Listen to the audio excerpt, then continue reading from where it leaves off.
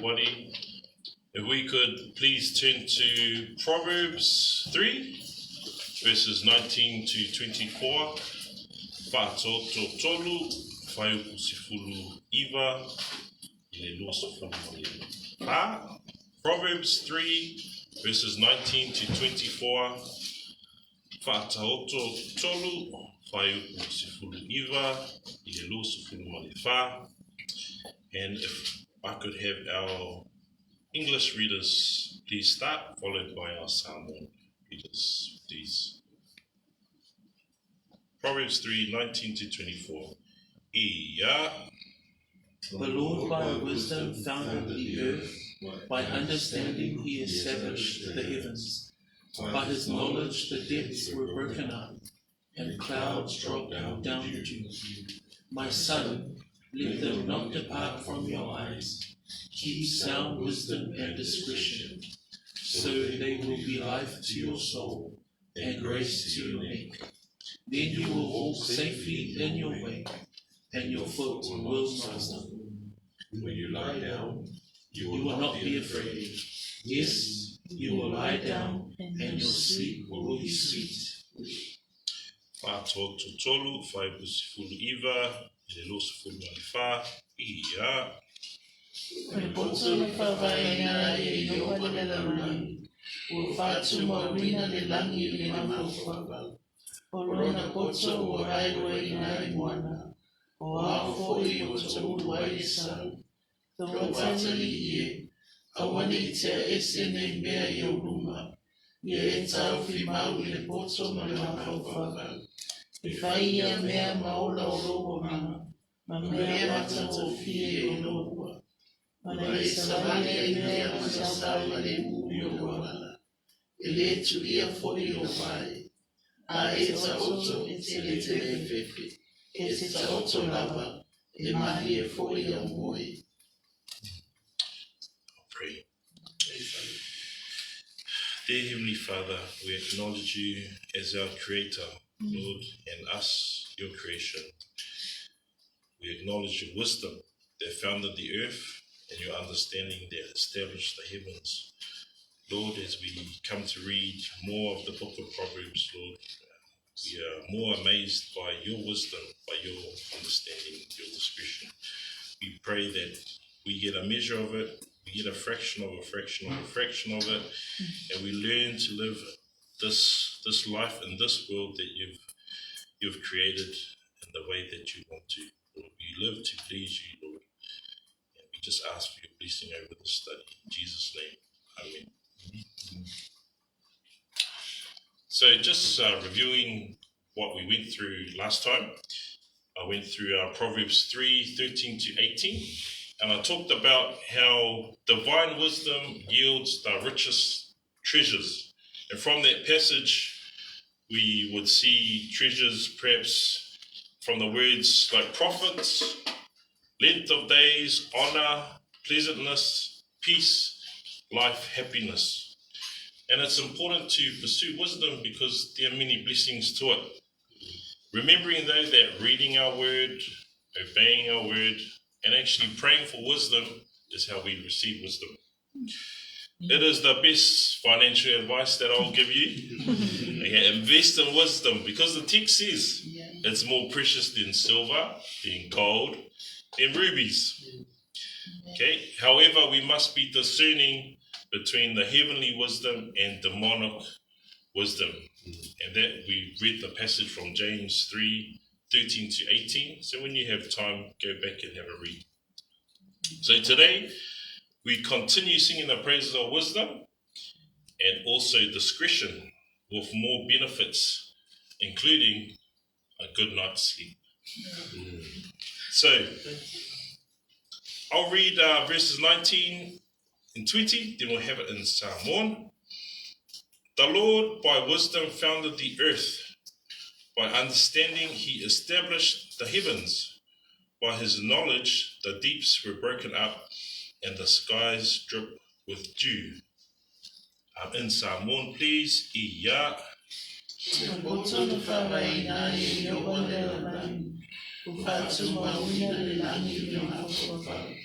Olona potso mai wai nai wana. O ao I potso wai sao. We can see here God's hand in creation. Think about Genesis 1:1. In the beginning, God created the heavens and the earth. Creation is God's wisdom on display. When we think about creation, usually we think about God's power, how he just spoke and then it happened.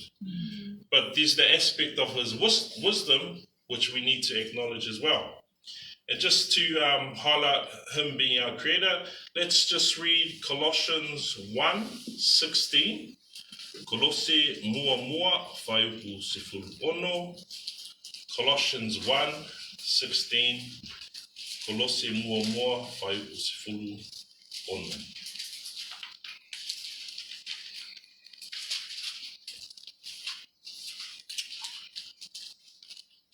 We'll have it in Samoan first, change it up a bit. Kolosi mua mua whaiupu sifuru ono. Ia. Wana whai o mea manawa. O mea I langi, o mea I lalangi. O mea whaia, o mea leo whaia. O no whaali, a maari siri, o whai ule, na whaia ia mea manawa. Na whaia pōre. For by him all things were created, both in the heavens and on earth, visible and invisible, whether thrones or dominions or rulers or authorities, all things have been created through him and for him. So coming back to our text, in Proverbs 3:19, the Lord by wisdom founded the earth, by understanding he established the heavens. Now, like I said, we usually associate God's power with creation, right? But I'm going to take two words here, earth and heavens, and I'm going to pick out two things on the scale of small to massive and kind of highlight how God's wisdom is fashioned by creation. Now let's think about something small. Let's think about ants. It's summertime. Ants are a pest. We hate ants around, the sugar. You know, you spill a sweet drink and they swarm. And you think to yourself, what a pest, what an annoying thing to have. Why do we have ants? Okay. Now, you don't need to look far. Look at Google and you'll find out the purpose of ants. Okay? Ants help to aerate the soil and improve drainage. So they build their tunnels in the soil and that helps to get airflow, oxygen, carbon dioxide in and out. And they also exist to improve the soil chemistry. So ants making their tunnels, doing their ant life, you know, just going about their business. They're carrying nutrients around the soils. They keep the pH level neutral, and they keep it rich, right? They also help to disperse seeds. So if you've done a little bit of science, you understand that seeds are dispersed in different ways by the wind, by other animals, by ants. Okay, and we need the seeds because we need the seeds for vegetation, for plants, so that we can have our kalo, our manioke, you know, our corn, our vegetables, right? Another fact is they eat all the other pests. So anyway, that's a side note. So that's on earth, ants. Heavens, stars. Let's talk about the biggest one in our solar system, the sun. The sun gives light, okay, for us to see. And God knows that we can't handle it all day, so he gives us night. But also, sun is used for the process of photosynthesis. Okay, so the sun provides food for the plants that the ants help to get rich soil for. And that little picture there is a small snippet of God's wisdom. Using our ants, using the sun. Hey, we can enjoy our taro, we can enjoy our vegetation. Animals eat the plants, we eat the animals. So all of this, man cannot design this. Man does not have enough wisdom. We don't have enough power. We can't do this. So just that little illustration there is just God's wisdom on display through creation. Let's turn to verses 21 to 23. If we could have our English readers read that, please. 21 to 23. Iya. My son, let them not depart from your eyes. Keep sound wisdom and discretion, so they will be life to your soul and grace to your neck. Then you will walk safely in your way, and your foot will not stumble. In Samoan, please. Iya.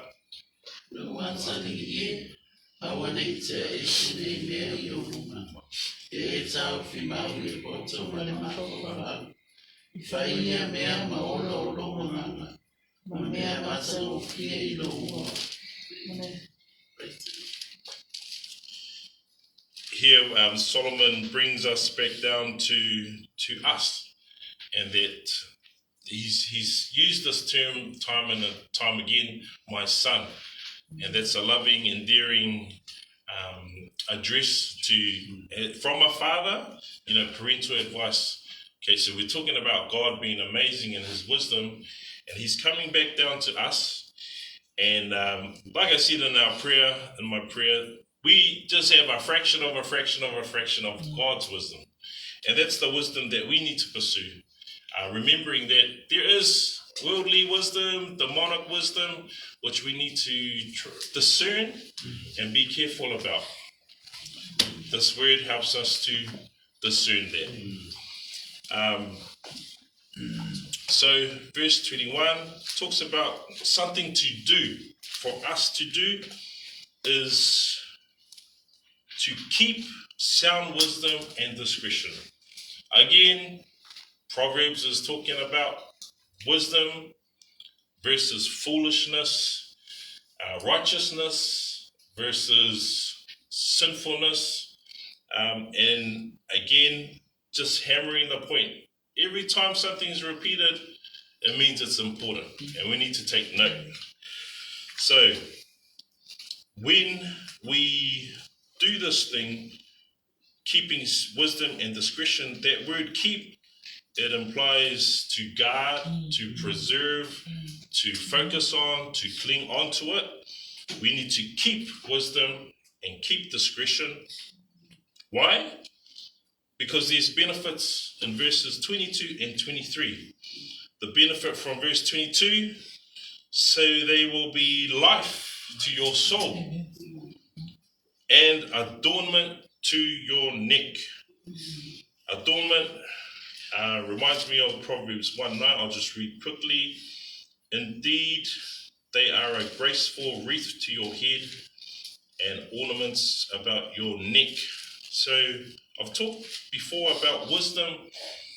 When you walk in God's wisdom, it naturally is a display of yours.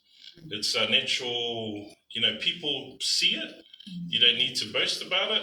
They will just see that this person walks in wisdom, and praise God is hopefully the response that we get from that. So we get life to our souls. What's the opposite of life? It's death. And there's people walking around with death in their souls because they don't have God's wisdom. Okay. Now, the other benefit from 23, then you will walk in your way securely and your foot will not stumble. So the benefit is that we get security and we get stability. Okay? Security in that when walking our way, walking straight, letting God direct our paths, then we can be secure on that. And it says our foot will not stumble. So it says we're stable. And that's when we walk in the Lord. So that's the benefits of holding on to, keeping, clinging on to wisdom and discretion. Again, it's the heavenly wisdom, not the demonic wisdom. Okay, now let's go to verse 24. Could we have our New King James Version readers please read first and then in Samoan? Ia. When you lie down, you will not be afraid. Yes, you will lie down, and your sleep will be sweet. In Samoan, please. Ia. It's also lava. In Mangere for your wood.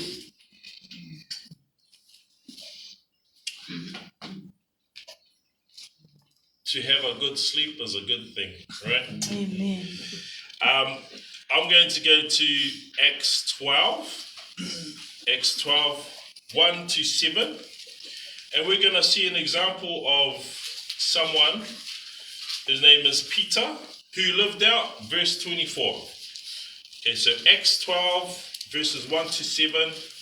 Ngā luenga se whululua, whai umuamua I le fitu. Acts 12. So Acts 12, verses 1 to 7. Ngā luenga se whululua, whai umuamua I le fitu. We'll have it in Samoan first. Ia.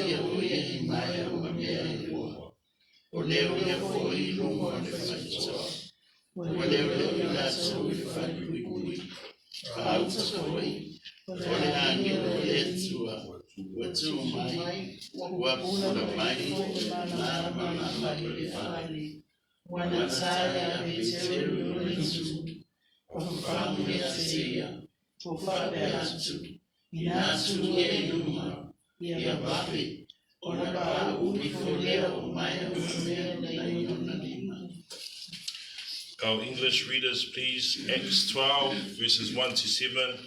Ia. Now about that time, Herod the king stretched out his hand to harass some of the church. Then he killed James, the brother of John, with the sword. And because he saw that it pleased the Jews, he proceeded further to seize Peter also. Now it was during the days of unleavened bread. So when he had arrested him, he put him in prison and delivered him to 4 squads of soldiers to keep him, intending to bring him before the people after Passover. Peter was therefore kept in prison, but constant prayer was offered to God for him by the church. And when Herod was about to bring him out, that night Peter was sleeping, bound with 2 chains between 2 soldiers, and the guards before the door were keeping the prison. Now behold, an angel of the Lord stood by him, and a light shone in the prison. And he struck Peter on the side and raised him up, saying, "Rise quickly," and his chains fell off his hands. Now, just a little on the context of this passage. I've got the heading Herod's violence to the church. So this persecution of Christians. So just understanding Peter, first verse, Herod is harassing the church, people of the church. Verse 2. So this is what Peter understands and what he's seen. James, the brother of John, was put to death with a sword. Okay? Peter's looking at all of this. Okay. Now he's in prison. Verse 4. 4 squads of soldiers. So that might be quite intimidating, you know. A squad, I've got here in the commentary, is made up of four people. So 4 times 4, 16 soldiers around him. Okay, so Peter was kept in prison, but prayer for him was being made fervently by the church to God.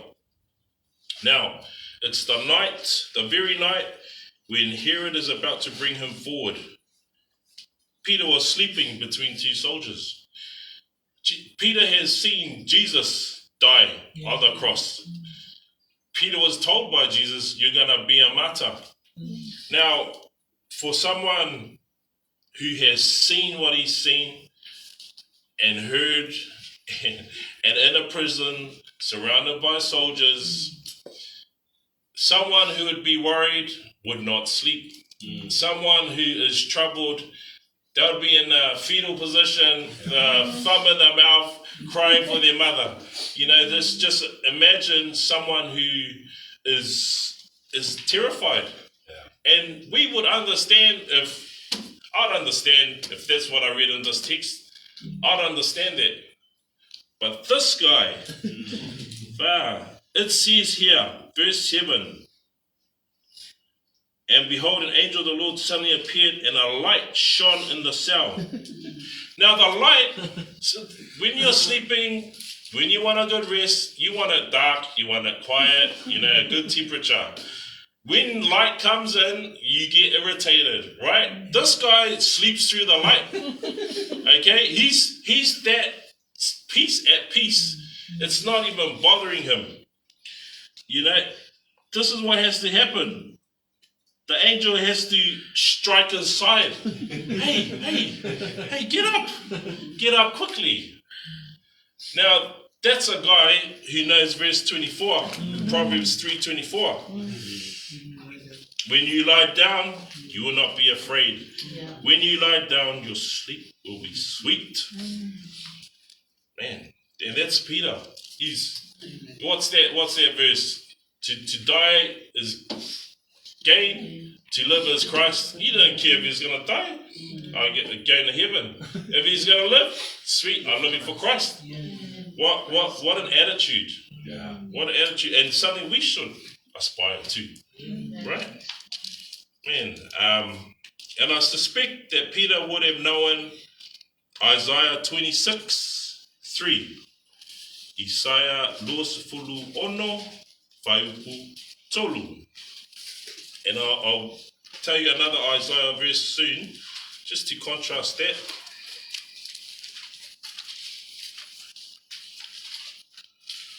Isaiah 26 verse 3. Isaiah luosfulu ono faiupu tolu. I will read it. The steadfast of mind you will keep in perfect peace, because he trusts in you. Can I have the other English version, please? 26 verse 3. You will keep him in perfect peace, whose mind is stayed on you, because he trusts in you. Amen. Amen. In Samoan, please. Isaiah luspul ono faiputolu iya.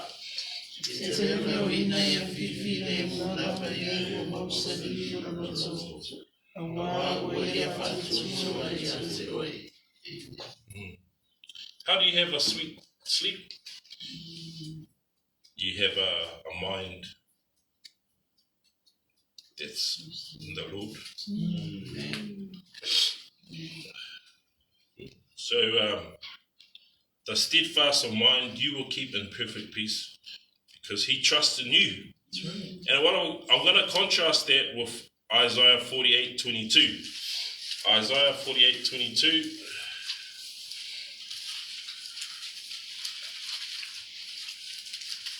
So same book, Isaiah 48:22. I will read it. There is no peace for the wicked, says the Lord. In Samoan, please. Yeah.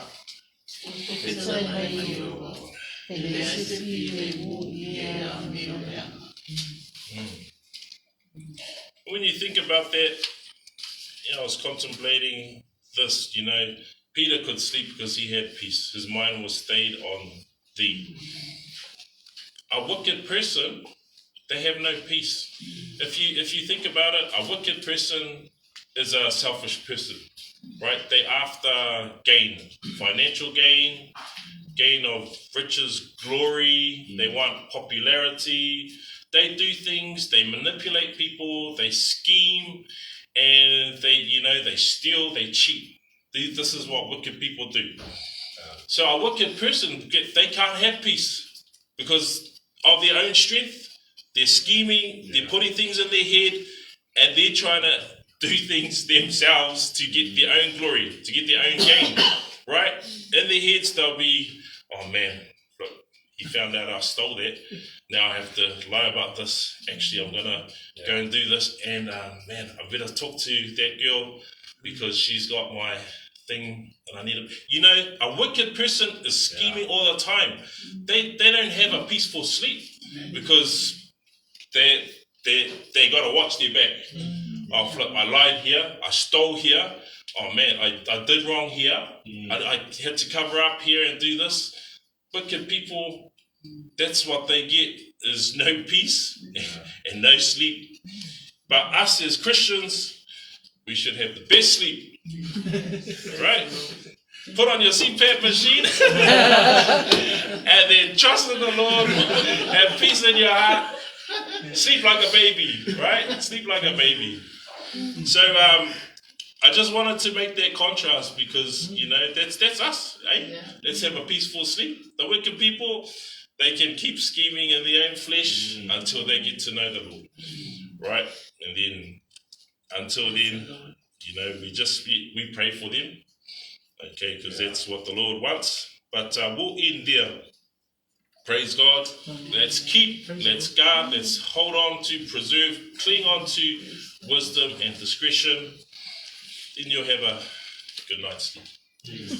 Let's stand and let's sing a song of praise to the Lord, and then we'll get into our corporate prayer.